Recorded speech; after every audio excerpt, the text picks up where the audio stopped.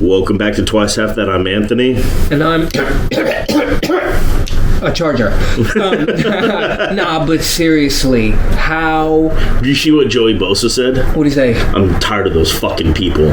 Referring to the refs.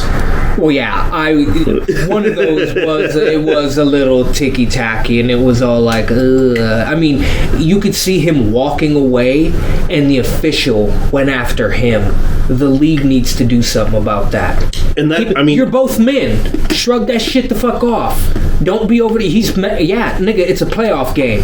What the fuck are you doing? Yeah. Like, you're all grown-ass men, and this is the problem with the NFL, and really, just officiating in general, like professional officiating, sports. yeah. Well, you got to remember that this isn't competitive sports anymore.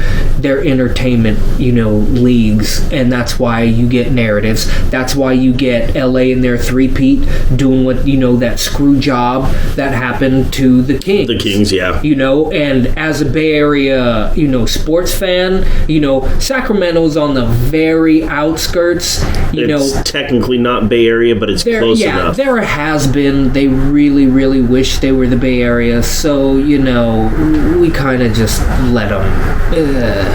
And, with that, we were like, oh, hey, you're doing good, you're doing good. We're going to let you in. We'll let you in. Keep it up. And then they got screwed, and everyone was like, damn. Well, especially at that time, too, because the Warriors were not good. They were really bad. And everybody still loved them. Oh, the Warriors still sold out when they were shitty. Yeah, but, mainly because... It was cheap. And what other basketball team were you going to go see? Exactly, and that's where the Kings kind of came in that situation. There were a segment of fans and then like fringe fans. It's like, oh, well, they're winning. Well, let's root for them. They're close. They're not LA. Yeah. They're not, So, yeah. And in what was that, 2001? Playoffs or 2000? I think it was 2001. Yeah. Well, we'll say 99 to 2001 just to make it easy. Yeah, and it was either the 2000-2001 season or the 2001-2002 season, I think. One of those. They got screwed. But they got screwed. No, it had to be 01 because then, the Lakers broke up. I think they were 99, 2000, 2001, 2002. Something like that. They had a lot of help. And it was one of those last two runs. It might have been the last one. And that was narrative driven. And they were playing the Kings, and at that time, the Kings were... They were good. They were really damn good. They were damn good. And what happened to all those Kings players after that conference finals? Well, they collapsed. They collapsed. So it's like, you had a chunk that were there the whole time, but it was not the same team anymore. And part of it too was part of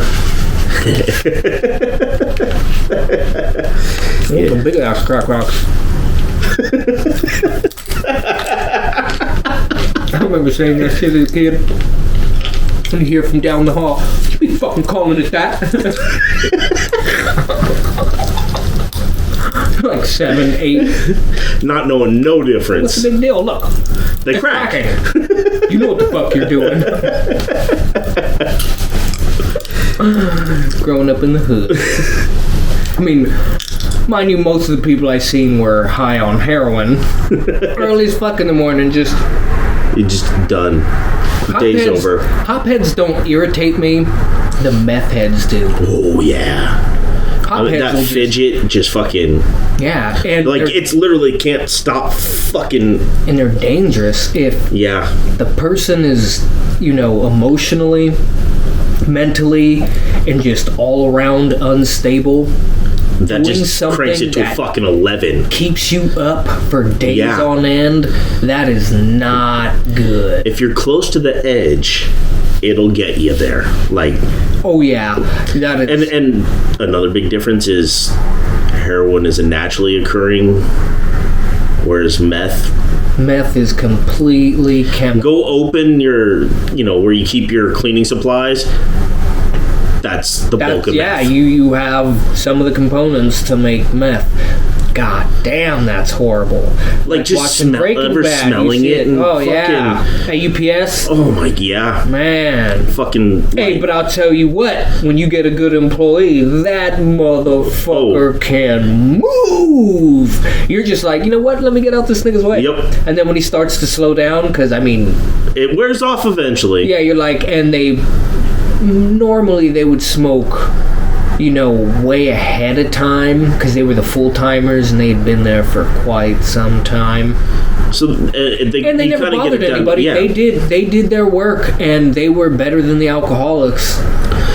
Oh God, working in a fucking trailer with an alcoholic, you know who I'm talking about. But he was cool as fuck. Oh, he was cool as fuck. He was my nigga. I didn't, normally it would, but with him, that motherfucker Oh yeah, would. But I'm just talking about the out. one thing though. Yeah. Dude, his vice was vodka. I love and how that shit came out his pores before break until the end of the shift. Eric he would be moving too, like, so it's like he came in with the thought of I'm gonna sweat this shit out, and he would but, too. Dude, I'd start getting fucking drunk just standing in the goddamn trailer. You'd see the beads of sweat just roll down and then evaporate because it's alcohol. With his fucking Crystal Geyser bottle full of you shaking him like, hey bro, I don't see too many fucking bubbles in that. Ain't water.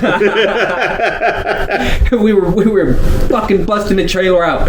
Eric was like, yeah, he walked in. He goes, I was never in here. He walked back out. He was like, no. I'm going to have to say something, and I'm just going to walk. I don't know nothing. Yep, you guys are killing it. I'm going to just walk out. Okay, bye. And, I'm sure we've gone into some of our UPS experiences. Eric was cool. I don't think he was a very good manager.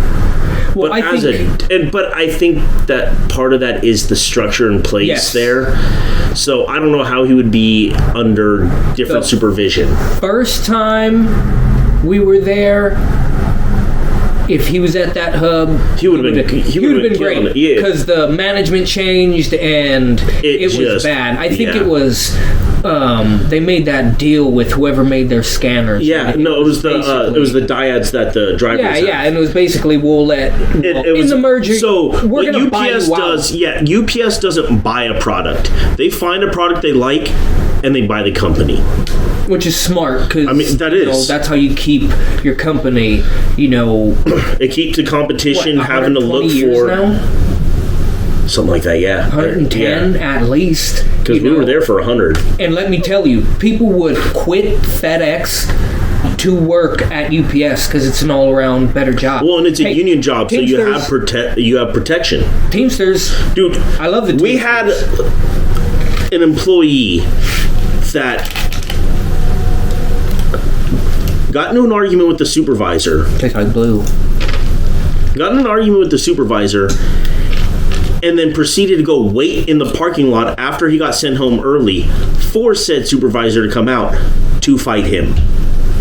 He didn't lose his job. That's how good the fucking protection from that union is. Yep. He was waiting after verbally saying, I'm going to fuck you up. I was surprised to see this nigga in the next day. I was like, what the fuck? They didn't fire you? That's what I'm saying. Like, he came back the next day like nothing had happened. Yeah, you were protected there. So but their original, when we first went there right out of high school, it was fucking awesome to fucking work there. It was a completely different experience than the second time. Yeah, it was. It was very employee centric. Mm-hmm. So they took very good care of their employees, and obviously part of it was a fiscal thing. Like they would celebrate safe work days, and it's very fiscal for them because they don't have to pay. I mean, that's why companies really give a shit about safe work days. That's how many days we didn't have to pay. We had hella safe work days. Then when we came back, dude, we hit when we started. They were already at, I think, coming up on 50,000. It was either 50 or 60,000. By the time it ended, it was over 100. Yeah, and I remember. But in the at that time, in the more employee centric UPS. Oh, you got barbecues. Dude, and when we say barbecues, it ain't someone out there with a grill. They go to like Costco, load up on food, get a gang of meat, a gang of fucking, I don't know about the preload, but night shift and twilight, we each got a budget for the barbecue. So it wasn't one big budget. It was like we had one guy who did most of the cooking. And there goes your budget. Ron, you're awesome, dude. He looks like a Ninja Turtle. Like legit, only not the beak, the head shape. He was awesome. He trained me. Yeah. Yep. He was my first trainer, and then he was like, all right, I don't need to fuck with you anymore. And then he just came back and kept checking in. He would just check in, but you're not dumb. You know how to do it. So he would, they would go during the day before the shift and load up on shit. Meat, fucking, pasta, like all sorts of stuff. He'd come back, he'd cook it all up, and they would put so much food out there that every employee could get a full-ass plate.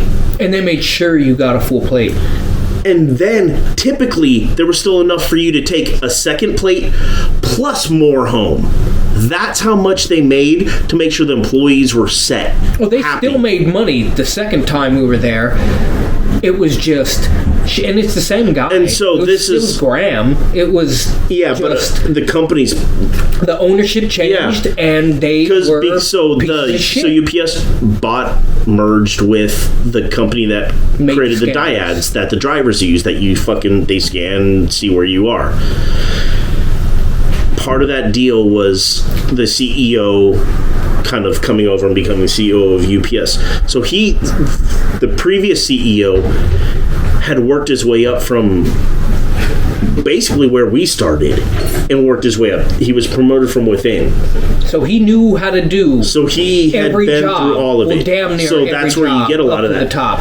The guy that came in from the other company was a little piece of shit. He was just a desk guy. Like he was in electronics and computer. I make technology. So he had never done that.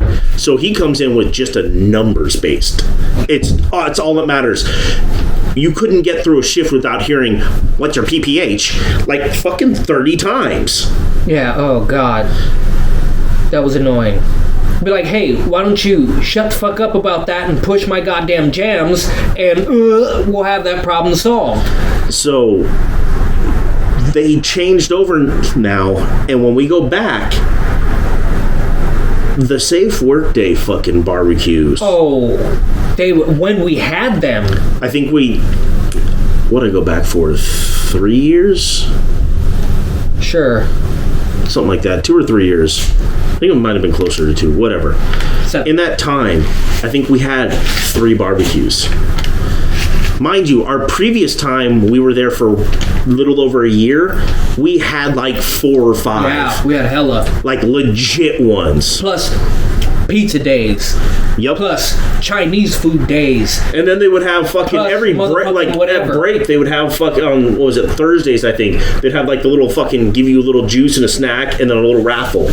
Oh, dude, by the time we hit that like 100,000+, the raffle giveaways were like a fucking Xbox 360, which had only come out like a year earlier. Mm-hmm. They were fucking TVs. They were all like, and there was some like UPS fucking merch swag. Oh, you got the badass motherfucking jacket. Yeah, that was cool. I wanted one of those. Hella but it's bad. like they were all cool. Like you would get a lunchbox. I had that for hella long.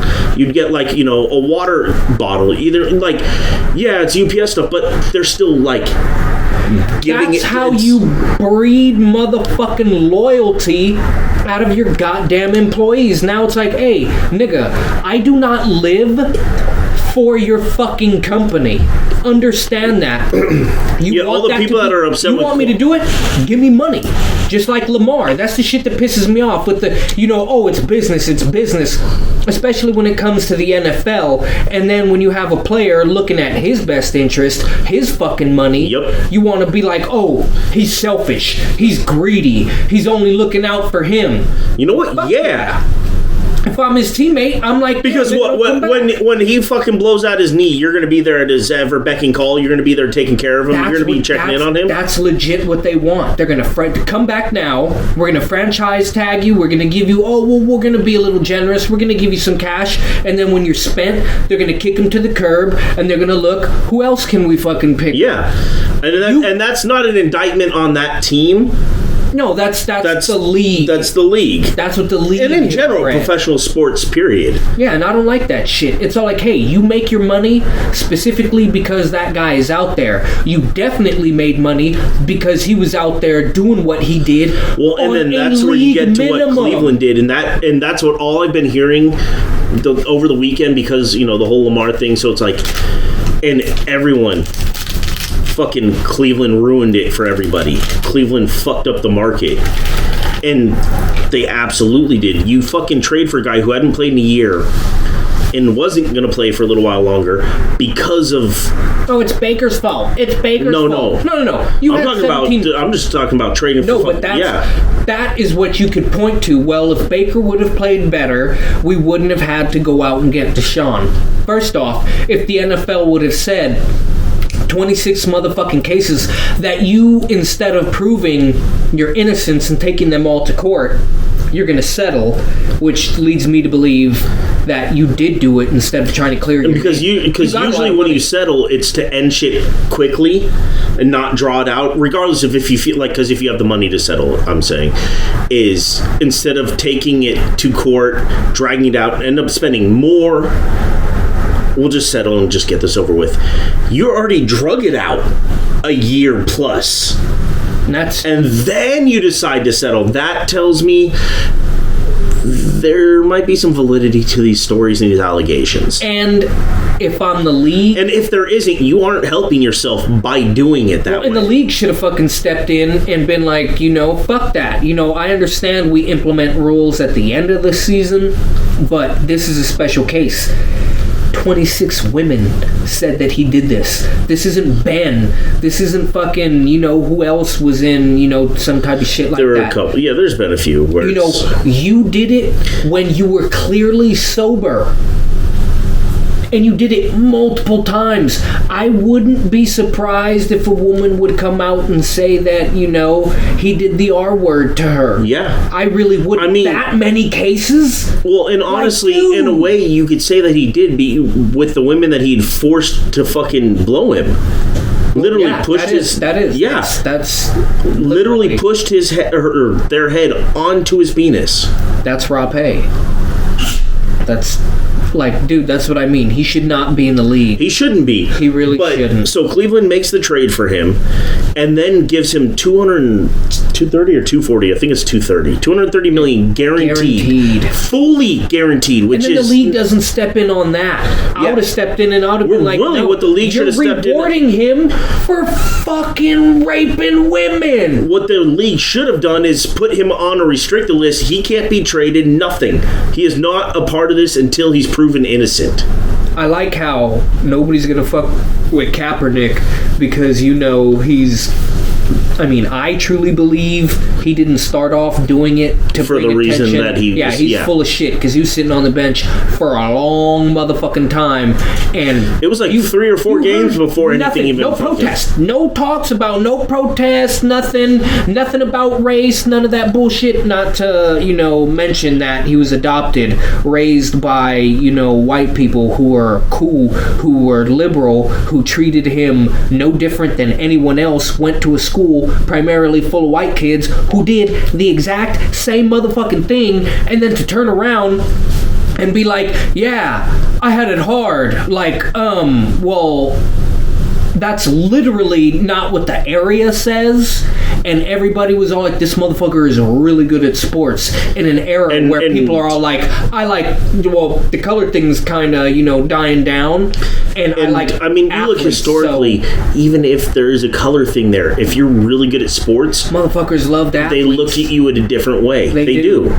They still weren't. Look at how people got outraged when Cassell said, "Look at that little monkey go," and that wasn't even racially charged. And no, it was a term of endearment because that's what he called all his kids and his grandkids. And who was it? It was a big name fucking running back. I want to say for either the Steelers or the Browns, and I'm probably wrong.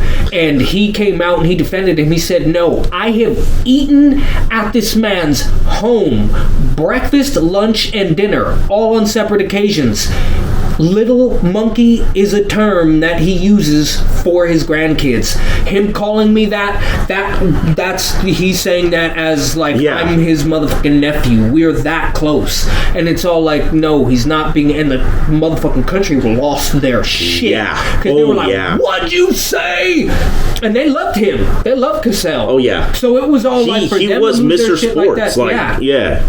And so the narrative on that was changing, especially when you win. So for Kaepernick to say that, I just didn't buy it because I seen him sitting, I watched him play, and it's like, bro, you have to learn how to throw the ball. You're just rifling it 1,000 miles an hour, and then you got Singletary, who I love you, bro, but you don't know the offensive side of the ball. So why don't you just sit back and shut up and quit being a bitch to Vernon Davis, who's literally being left the fuck out there to get just murdered. He had hella concussions because Cap would be like, "Ooh, I could hit you right in the numbers, square, and you could run in stride."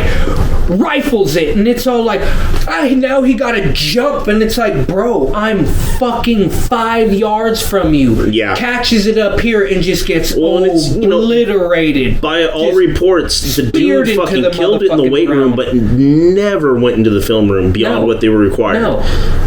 That's why, like, you could see in his play, that's why the league adjusted to him and he couldn't adjust back, because when he came in, he was great. That's when I believe, and this is what the NFL really needs to go to, because I don't believe in this bullshit about, you need to get your timing down with these people. Then you're not a professional. Nigga, if you cannot catch a fucking ball that's thrown to you in your vicinity the same way I did as a your kid. Vasectomy. Yeah, you heard me. And fucking, high school, college, you could do it. They can do it. Deliver the ball. The problem is it's again, the league is narrative driven and everything is about the fucking quarterback, and I think it's bullshit that people are like, they're giving Brock Purdy all this, trying to take some of his credit away because, some of that he threw a 6-yard pass to Debo and then Debo took it the rest of the way. And it's like, yeah, because it's a team sport. Yeah. It's not just the fucking quarterback. And the same with Burrow. Burrow gets credit for doing that shit all the motherfucking time. Josh Allen gets credit. Yeah, he got a big arm, but most of their fucking passes are checked down just like every other motherfucker. But since it's narrative driven, you get to pick and choose who you're going with. And that's why I do like this year. You are hearing a lot more of these guys. They're not saying it as much as they should, but it's like, holy shit, the Niners, even when they are losing, they are going to figure you out and they're going to shut you the fuck down. You put the Niners up against any of the motherfucking other teams that played, this weekend. They have the most dominating fucking performance. They're going to beat them. Right now, in all honesty, out of all the teams that played, the two teams that look the strongest are the Niners and the Cowboys. Judge, what's the score to the Cowboy game right now? 31-14. 31. Oh, shit. They were able to put points up. But can you trust your kicker now? That nigga missed 3. 2. 3. In the first half. Oh, my God. See, and that also kind of scares me. Extra points. But that also scares me, because is that... because there is reports that the pylons... He's missed 4 total. The pylons are magnetized. So, and they say that they switch the balls out, and they're special balls when they do kick a fucking field goal. So... 4. He's missed 4 on the game. Is that him?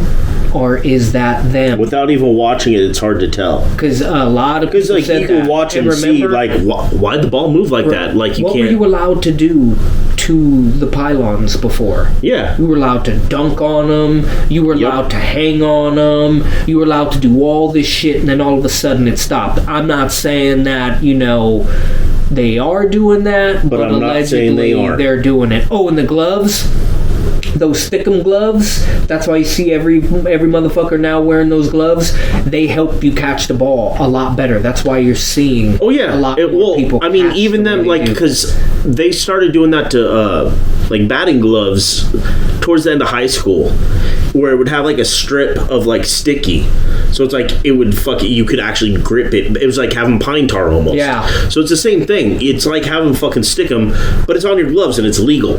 Stickum's not legal. It's basically fucking glue. Yeah, it's cheating. So it basically, you just go up and the ball just sticks. And in all honesty, you cannot compare. And it's almost no fair because you can't compare Brady to anybody before him, because they literally changed the rule book to benefit, offensive play. And for Brady, I'm not going to say for Brady, but Goodell and Kraft are very good friends, and that's kind of a fucking problem, especially when the Patriots win as much as they did with as many fucking cheating allegations as they had. Got caught on a couple occasions. Little bitch ass slaps on the wrist. They lost. I think one of them was they lost the third or fourth round. There was no evidence on the video of them doing anything wrong, so we burned the tape. So hold on. So what could have exonerated them? You destroyed it. And hold on. And Tom's phones get destroyed on a weekly basis. And he's allowed to deflate the balls past regulation. I don't care if either way, but the rules state you can't go past. It needs to be between these. And many people said, not just that game, many other games, he's done that. So it's And from all reports, having a deflated ball in an extremely cold game makes it easier to throw and easier to catch. Yeah. So there is a benefit to it. And Aikman he said, I'll take that shit to my fucking grave. And when you see, because Troy still got that fucking old racist motherfucking, and this is from Skip Bayless, he was like, that motherfucker's a little racist, and allegedly. So he got that old, old boy fucking pissed off white man shit, and that shit came out there. I was like, he's gonna lynch somebody, you better be careful, because he was like, no, fuck that. He's cheating. And that's why I'm like, no, these records are different. Yep. Because Joe is number one. He cannot be unseated because the NFL literally changed to make it The only one that could even come close, if we really want to go down that road, is Terry Bradshaw? Yeah. Them two actually did it when you were allowed to get fucked up. And there's always the argument that Terry was carried by that defense and he had Lynn Swann. It's a team sport. But the same way Montana was carried by Rice and Craig and a good defense. Yeah. It's a team sport. You need all of it. That's why I get irritated when they're all like, oh, well, the quarterback. If Jerry didn't get open, if Lynn didn't get open, if Clark didn't get open, if your running backs don't run at a decent clip, your fucking pass game ain't there. And if that ain't there, you're going to need your defense to hold. If your defense don't hold, then you lose the fucking game. Ultimately, it doesn't matter how good your quarterback is. If your defense can't stop them, you can't win. Because a lot of people, am I mad at Kirk Cousins for making that throw? No. Everybody keeps saying that's a Kirk Cousins throw. So, if you're the coach, maybe not have a receiver that motherfucking short. Maybe have him go a little bit deeper. Yeah. That's on the play calling, not to mention his tendencies. Make sure that he's not going to throw to that guy. Not to mention, he felt someone coming. They usually were coming. So he made a play. Him, historically, Kirk Cousins, not very good in primetime or the playoffs. Like in pressure situation. Yeah, man, I'm having trouble talking. Fucking But if that's a now well established thing.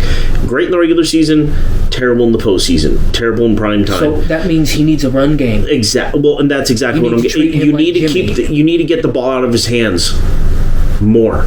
Well, no, and see, this is the problem. And yeah, I know one of their best players, if not their best player, is a receiver.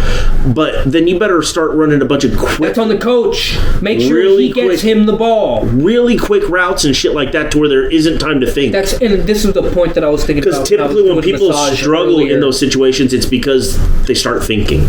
No, the problem is, and that is where I feel modern coaches feel that they prepare to a certain point and then they leave a lot of it up to the fucking quarterback. Yeah. And it's like, no, there are very few people who are actually offensive coordinators. They get the game. They understand what's going on. Yep. They know how to move the pieces, put hot routes on there. And the problem is the quarterback is the only motherfucker that's allowed to do that because I get it. He's centrally located.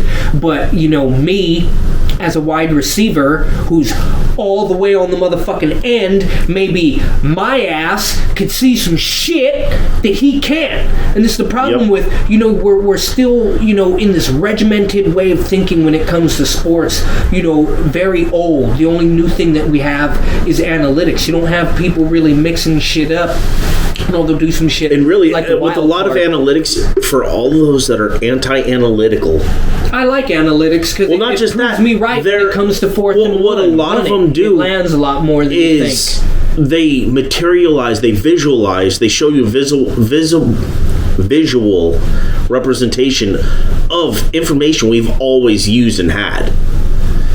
It just quantifies it. It's just someone. So like there's things like hard hit rate in baseball.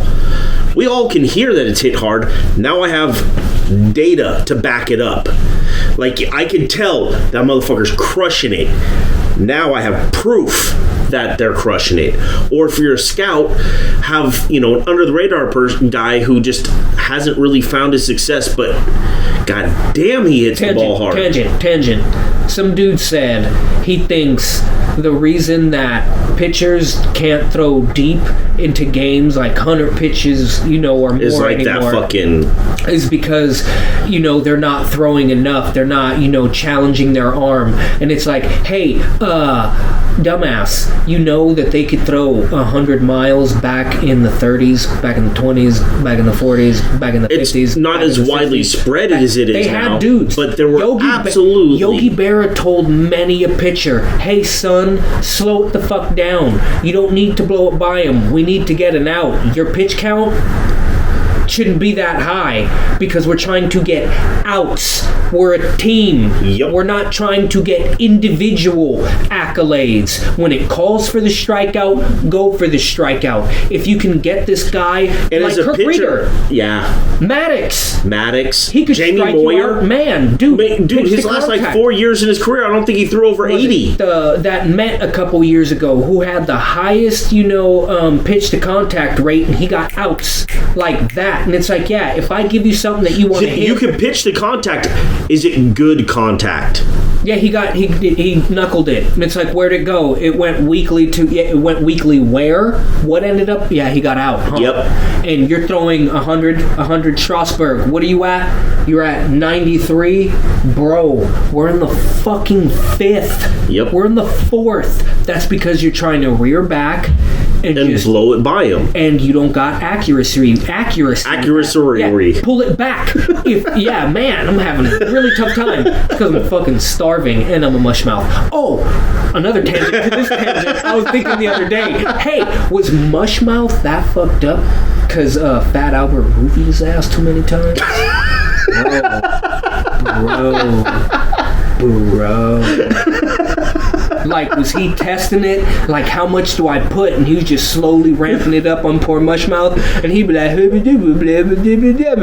could you imagine if that's what it was? He was talking super intelligently. It's like all of a sudden. Did he get the idea from someone he roofied? Yeah. Like, for the character, that sounds funny. poor mush mouth. That nigga never stood a chance. Fat Albert Rose. With Kenan Thompson. Hey, hey, hey! Oh, he didn't wake up to that. Takes pants off. What? Yeah, he's cold-blooded for that. Bill Cosby's, he's something else. Yeah, and the fact that he got out on a technicality. Yeah, that's fucked up. Technicality. Yeah, called money. Yep. That's the fucking technically, there's fucking the technicality. Yeah, Harvey Weinstein, he did it to too many white women, so his ass gonna be up in there. See, the fucked up part on multiple levels, if he would have did that to a minority, he probably would have got away with it. Well, he did. But he also did. For a long time. No, I'm talking about he did do it to minorities. Who? I don't know. Well, yeah, you're right, because we don't hear about it. Exactly. You know, you only hear about... Do you think that the people that came forward are the only ones that he did it to? Brad Pitt apparently was going, that nigga up. Straight ran up on that nigga at a party. Was like, what's up? Trying to fuck my girl Gwen? Like legit loud too.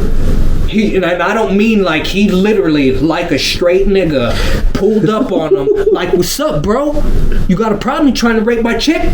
And he was like, oh, I'll fucking ruin you. He said, nah, I will break your fucking neck. Nobody will keep you safe. And I think after that, that's when he was like, I'm going to hire Mossad agents to start harassing women. And, you know, what stand-up Mossad agents are. And would fucking, you know, be hired to be some dude's muscle. Hey, chick, shut up and let him rape you. Yeah. Like, damn. What about that guy? That's a class act. Can we get that guy behind bars? Because I'm pretty sure a rabbi wouldn't be too happy with that. Pretty sure David wouldn't be too happy with that. I mean, he's okay with you killing people, but you know that doesn't bother him. He was a very violent person, and I think there may be evidence pointing to the fact that David may have called out an older blind dude that everybody really liked, who was an old boss, but was kind of on the backside of his shit, and he was just a dick and came out and was like, "Hey, motherfucker!" Bow! And it was like, what? And then died. So I'm like, but that's how it was back in the day. Yeah. How people be like, oh, the Jews weren't messed up. It's all like, nigga, he went around murdering all the people that were mean to them. Yeah. And the whole thing with the Romans, it's all like, I mean, the Romans were dicks to you, and you guys were dicks to the Romans plenty of times. Yeah. So, you know. It went both ways. No, we're cool. Why are you paying him? Don't worry about it. So like, oh shit, there's a rebellion over there. Huh? I was over here. I was over there praying. And so like, no you weren't. That looks like the guy you paid. Huh? I'm gonna be over here. And that's how that happened. And then you get the whole thing with Jesus where they're like, God damn it, these fucking Jews again. Okay, so do you want me to let go of the guy who's just talking and you don't like, or the murderer? And then, you know, all the rabbis, because I'm pretty sure the rest of the Jews were all like, can you kill the murderer? I don't like that guy. He's like, yeah, but hey, pores, shut the fuck up. Rich dudes, goddammit. Who the fuck do you want me to get rid of? Him, the Jew. One of your guys? Yeah, him. He's talking too much. Because he wasn't really preaching what the synagogue preached. No, he's mad. He's like, hey, what the fuck are you doing collecting all this goddamn money when people are starving? Oh, because I like money. And then he flipped the table over and they were all like, you know what? I don't like that Jew. And then he was all like, you know, that's kind of derogatory. And he goes, no, not really. It's short for Jewish. And then the funny thing is, the birth of Jew. When we say it in like English, it doesn't sound bad. You know, but when you say Jap, it does sound bad. But yeah, it is funny. Like certain ones that you can... Yeah, I was like, what the fuck, man? It's just like saying Mex. Mex just doesn't sound as cool as Mexican. So, like, Jap's just short for Japanese. She was like, say that fucking shit again. I'm like, all right. Literally, all you're doing is going 3 letters in and then stopping. You know, it doesn't work for Americans with No, it doesn't sound cool. It doesn't sound cool. Spanish, spa, doesn't Well, kind of works. The English, the ing. Yeah, but see, you might think he's Chinese, so it doesn't. Well, Chai. Actually, that does. It's Chi. That was a province. See? So we can't be stealing that shit. So, yeah, I got kicked out. She's like, get the fuck out of my class. Oh, I may have said Arab too. But this was post 9/11. And I was a little dick. I shouldn't have been saying that. But mind you, I learned it from a Pakistani kid who, wait, was Shishan Pakistani? I don't remember. But he came over and he was all like, oh, I got some new insults for everybody. And we were all like, oh, what? Pray tell. And he was like, all right, so from that part of the world. And he had everybody's ear. We were like, no, I forgot them all. But he was giving us the lowdown, and this means that, everybody. We were cussing up a storm, and the teachers were all like, all right, I don't know what you're saying, but stop. Yeah, and as kids, it's like, oh, you got another thing for me to say? That I shouldn't? And I think his uncle was teaching him this shit, so we were like... Straight from the source. Yep, that's good stuff. You know, they're like Mexicans, their mustaches are the same. And I mean, if you think about beheadings... Dude, that shit was crazy. Was it like a week and a half ago where the fucking, like, the army was at war with the fucking Sinaloa cartel? Oh, they're always at war with them. They're always at war with them. Hardcore, because they got fucking El Chapo's son. Yep. Yeah, they got a lot of weapons. We sold them. And I like how we're all like, oh no, well, it was part of a sting. Shut your ass up, nigga. The same way that Reagan fucking sold them guns. Get the fuck out of here. Nigga, just be a boss and be like, yeah, I sold them shit. So what? People would be like, fuck. Damn it. What are people gonna do? Honestly, pull a Teddy Roosevelt. Just be like, hey, look, nigga, shut the fuck up. I sold them guns. What you gonna do about it? And then slowly those guns will come up into California and we'll buy them illegally. What? Something stopped? This isn't fucking recording. Oh, it stopped at 7:17. 17:47. All right, well, we have video. Technical difficulties. Well, you know what? This just builds character. That's what this does. Mind you, this is after what, like 3 weeks of, oh yeah, Happy New Year, everyone. Oh yeah. My roof is leaking. Yeah, so fucking 1 week I was out of town. He had to fucking work so he couldn't come up. The following week, he's got a looky reef. Yeah. Ebonics. Seriously. Leaky roof. They need to do something about the American education system. I've been watching hella true crime shit on YouTube. That's an interesting segue. They need to do something about the public school system. I was watching a lot of true crime stuff. Well, I mean, all we do is literally teach criminals. It's like, hey, you're going to learn how to read, how to write, how to do math, so you know how to do drugs and sell them. And then, you know, when we catch you, we're going to send you to finishing school, prison. And then when you're done with that, you know, we're going to put you back in there. And that's pretty much how our shit goes. It's like, why does it keep doing that? But on the true crime shit, you know, hell of these people keep talking to the cops instead of just being like, get me a lawyer. And one of the people from, I'm guessing, Europe was all like, why do Americans not know their fucking rights? And it's like, dude, they actively do not teach us for a reason. Yeah, totally restarted. It'd be like that. Yeah. It'd be like. All right, so this is going to be a video-only episode. Yeah, hey, man, it'd be like that. What you gonna do? What you gonna do? Hey, it's called poverty. And you don't want to work properly. Fucking, but back to baseball. You know, motherfuckers got to lower the MPHs that they're coming at people so that you could play, you know, MVP. I believe MVP baseball for the Xbox and PlayStation 2. That was one of that was the best fucking baseball game even ever. You scale it to what we have now, it's the best baseball game. If EA would take their heads out of their ass and get back into the game, make a football game, actually make a run pass game, aka soccer or football for you people who don't know what football really is, and hey, in all honesty, everybody who plays soccer, I really urge you to go learn a real sport, play it, and you will see that anything made sports-wise from the Americas, we invented sports. Everywhere else does shit sports like die, and fuck that. Literally, the only sport from everywhere else has been murder. The Americas was, let's use our hip to knock this rubber ball through that hole, and then whoever loses, we're going to murder you. Dude, seriously. Game first. Seriously, but though? You play it again. Yes. I like how we're still going into the mic, even though we've lost about 30 minutes of the fucking episode. I have a hard time staying on the mic. If I was to go on anybody's show, they'd be like, nigga, the fucking microphone. Sitting here, back here, like, yeah. What, can you turn me up? So I get closer. Why can't I hear myself? Why can't I hear myself? Hold it. No, I don't want to hold it. You hold it. What? Be like that? What the hell's wrong with you?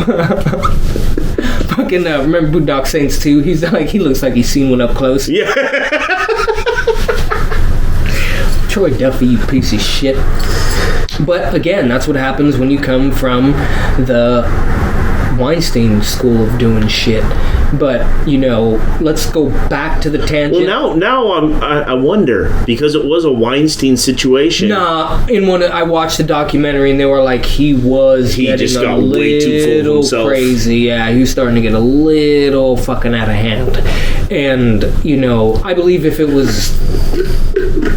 Nah, it's just that dude's personality. I hate to say it, it's that guy's personality. Hopefully he changed. He could come back and, do something else. Do something a little cooler. Maybe work on making it a show. Yeah. That would be cool. Or at least a limited run series. 8. No, well, not episodes. I'm talking like seasons. Oh, gotcha. Logically, where it could logically work itself out. It's something that's slated. This is going to be a 3 season, 30 episode thing. Yeah, but let's get back to the original thing we were talking about, Lamar. Technically, the original thing we were talking about was fucking. No, I guess it was Lamar, because then we started talking about UPS. Well, it was the Chargers, then UPS. But yeah, fucking how shitty they're doing him. At the end of the third year, you can fucking negotiate with him. They decided we're gonna play it all the way out till the end of his 5th year, which is when he becomes a free agent. Which they thought he was gonna get injured, by which point they can move on to somebody else. But or get him for cheap. And he keeps playing really well. Well, so and then that's where I started going down that tangent of Cleveland fucking everyone by giving Deshaun Watson, who, while he had a couple really good regular seasons, never actually achieved anything. I mean, look at the team he was with. Yeah, but at one point he did have DeAndre Hopkins. Like, they had some players. So he gets traded after not playing for a year plus because of these allegations, which with 26 of them, it's a lot, man. Starts to believe this might be a little bit more than just an allegation.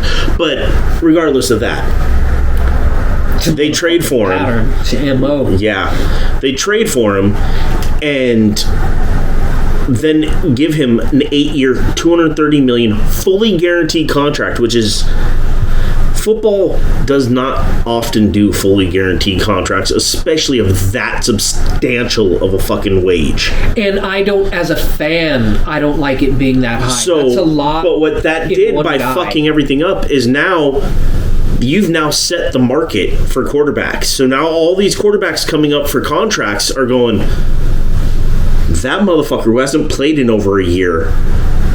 And then when he comes out and plays awful, got $230 million. Lamar's sitting there going, I've gone to the playoffs almost every year. I've won playoff games. I've won an MVP. He hasn't done any of that.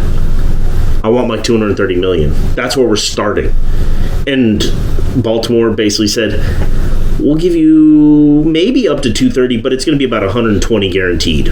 Which is, it's a lot of fucking money. But when you get one chance at this, and you see what's out there, and you see what you've accomplished versus what they've accomplished, that makes it a lot easier to go, no, I told you where we're starting. Yep. And I'm with Lamar. You had plenty of time to do it. You could have done it at any point during this season as well. There's no hard stop. The only stop is if he tells you we're not negotiating anymore. That doesn't keep you from being able to go, well, fuck, you're really important to us, and it showed this year. I'm giving you a number. I know we're not negotiating. I know you set a hard date. I'm giving you a number that we feel is respectable enough for you to look at. They may just trade him to somebody for their number one and go after that kid coming, whoever. This, I'm not, this is just spitballing, but trade him, franchise tag him, trade him, get a pick, and get a new quarterback in there. Someone who's gonna, because I know that they feel after they seen what he did, what he could do, they were like, fuck. They never wanted to pay him. Yeah. That's what this tells me. Not him specifically, but a quarterback. Anybody. They didn't want to. Well, they got burnt with the Flacco contract. So they're like, we're not doing that again, which I understand. But if you're going to do in all fairness, too, though, Lamar is a better quarterback than Flacco was. Record-wise, Flacco was never an MVP. Flacco put together a 6-7 game run where he was spectacular. He put together the best 7 weeks of his career, and they happen to be consecutively leading up to and winning a Super Bowl right on a contract year. So that tells me that the quarterback is not the most important position. They got burnt on that because he put together the 7 best games of his career in succession up into winning a Super Bowl in a contract situation. So they paid him, and he didn't do shit. No. He that was his best run. Well, and that also leads me to believe, do these coaches believe that when they pay this guy that much, do they give them too much leeway?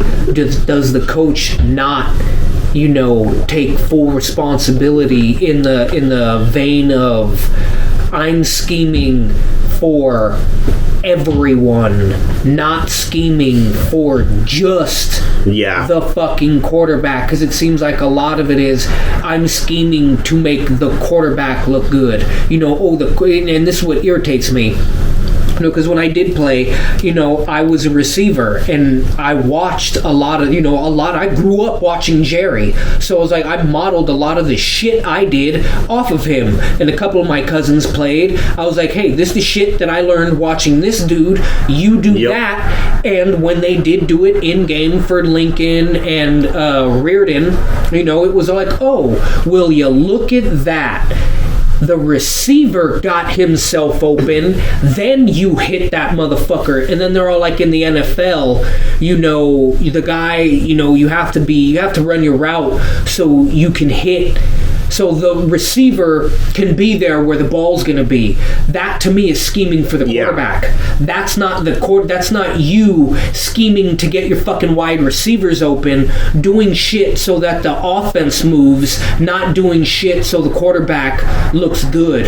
Oh, where's the weakness? Or instead of looking for the weakness, you can manufacture breaks in their fucking offense, like Shanahan. There's a reason they're going through, they have the personnel, everybody on the team, and this is real big, and everybody in the NFL needs to pick up on this.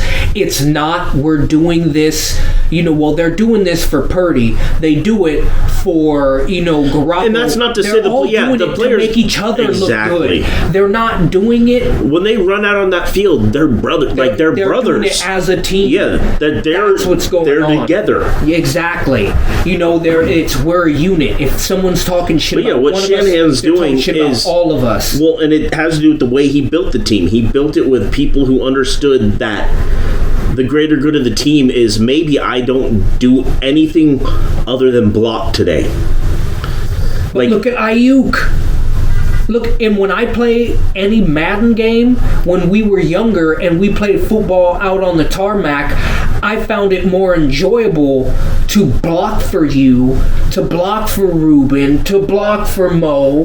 That way, it's all like, nigga, you couldn't touch him. Yep. He was untouched because I ran. It was my responsibility. I blocked 2 motherfucking people on that play. Yeah. That right there was big. And I saw a quote from him, and it was something to the lines, and it really showed the maturity that he's gained the last year and a half. Because remember, when he came into camp last year, he was in Shanahan's shit house. It took him a few weeks to come out of it into the regular season. And really, Brock Purdy really, last really year, and then you saw the growth, and then this year, and he's like a quote he had, and I don't have it in front of me, so I'm just trying to go off of memory, but it was essentially, you can impact the game as much offensively without the ball in your hand as you can with it.